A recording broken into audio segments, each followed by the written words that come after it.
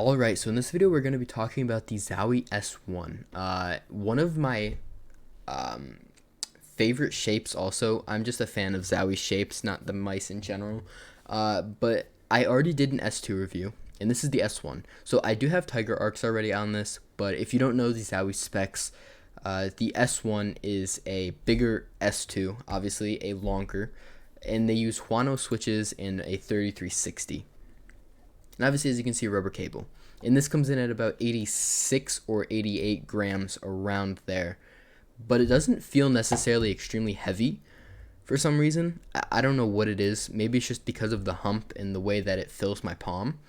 But the difference is this is 126 millimeters long, whereas the S2 is 120 millimeters long. But I will get into that when I talk about shape, because I have smaller hands, and I didn't necessarily think the S1 was more uncomfortable or bigger for my hands than the S2, and I'll get into that, obviously, as I just said, when I talk about the shape. But I am going to get into the sound test.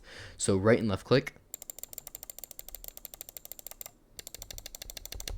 side buttons, scroll wheel.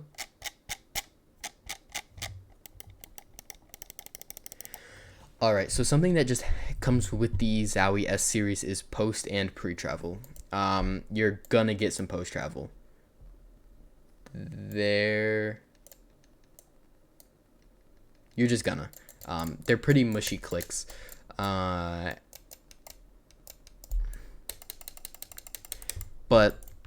I mean, they work. They definitely work, and they are really light. That's the difference between the FK, the ZA, the EC, and the S series. Their clicks all feel different. The S series has the lightest of the bunch. They're extremely light, like really, really light, and they are very satisfying to click.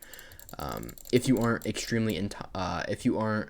intolerant to post and pre-travel, whereas the FK and the ZA clicks are pretty stiff, and the EC are just they're horrible. Now, getting into the side buttons, these have my favorite side buttons of all time. Extremely crispy. The S series in general has my favorite side buttons of all time, basically. I'd say maybe the Ultralight 2 beats it out, but they're extremely tactile, extremely crispy. There's no pre or post travel. When you click them, there's no going back. They just go. Extremely crispy, like really, really crispy. And the scroll wheel is a Zowie scroll wheel. It's going to be really, really rattly. It's going to be 16 step and really tactile. But I like Zowie scroll wheels, but that is 100% preference. If you don't know what 16 step is, it's basically not going to scroll you down the page as far as a 24 step scroll wheel will. It's just meant for a gaming scroll wheel. So going on to the shape, as I said, it is a what do you call it? A longer S2, and I don't necessarily think that is a bad thing, even for people with small hands, because the thing with the S2, what made it so good was it was a perfect hybrid mouse. So what that means is the S2 was perfect for going into claw, but then also flipping into fingertip. And I think just the S2 being a pure claw mouse wasn't that's just not the most comfortable grip for it. It was really just perfect for a hybrid grip. Now, with the S1, this thing is perfect for claw. I can't fingertip this thing, obviously, because the hump is so big. And the hump does feel different than the S2 because it is more leveled. It doesn't feel as bulby in your hand, and it doesn't give you as much pressure in a way. It evens out, it flattens out kind of, and it just hits you right in your palm where it needs to. Whereas the S2, I felt like it was a little bit bulby and a little bit uncomfortable.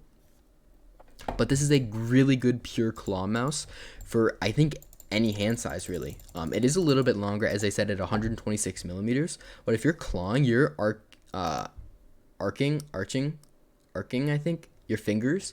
And I have smaller hands, and they fit into a perfect position. I don't feel any uncomfortable. My hands are not uncomfortable in this mouse. They feel really nice, actually. It is very comfortable. And I would say for pure claw, this is a better mouse than the S2. But if you have a hybrid grip, which I do personally, between claw and fingertip, the S2 will be better. But by no means is this a bad shape at all. It's actually really underrated in my opinion. And more people do need to look into it. So yeah, but now getting onto the cable, it's a rubber cable. Like, it's bad. It's just the normal Zowie rubber cables. They're the worst cables, really. Like, they are really bad. Comparing this to a paracord, this is from Agile Cables. I'll leave his cables in the description, his website. This is also on a wooden table, so if it moves, like, as you can see, like, it is flying if I spin it. So even if it spins a little bit, or if it slips a little bit backwards, that is really good. But this doesn't. It's an amazing cable. Now, whereas with the Zowie cable, like, it's bad. It's just really bad. So I would paracord it. In the feet, Zowie stock feet are not terrible at all.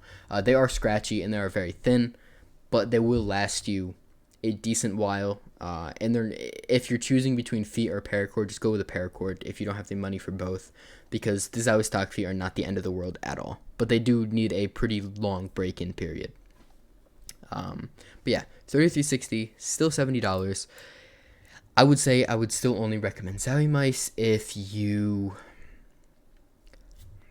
want a mouse to mod. If you can get it for like $45, $50, I would go for it. But other than that, I really don't see why you would get an S1. There's many other Zowie shapes that I think are more like more fun. I'd say like the ZA series is fun. The FK series is pretty fun. I don't see why the S series would be like the first choice to go to when you're looking at a Zowie mouse.